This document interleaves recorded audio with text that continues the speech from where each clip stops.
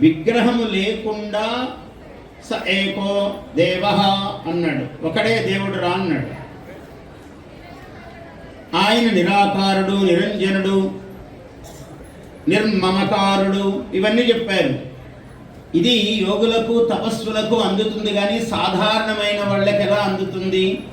అందువల్ల ఆయన ఇలా ఉన్నాడు అన్నాడు.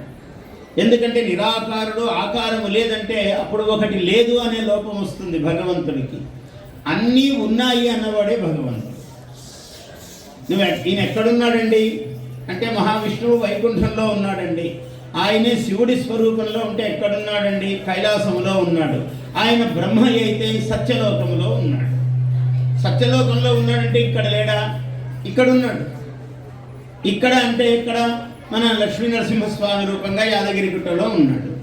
ఆ లోపల ఉన్నాడండి ఆయన గుహలో. మరి ఈ బయట లేడా? ఉన్నాడు. ఈ స్తంభంలో ఉన్నాడు, ఈ చెట్టులో ఉన్నాడు, ఈ ఆకులో ఉన్నాడు, ఈ మౌత్ పీస్లో ఉన్నాడు, మనలో, నీలో, నాలో అన్ని చోట్ల నిండి నిబిడీకృతుడై ఉన్నాడు. ఇది సనాతన హైందవ ధర్మం. అంటే ఆయన లేని చోటు లేదు.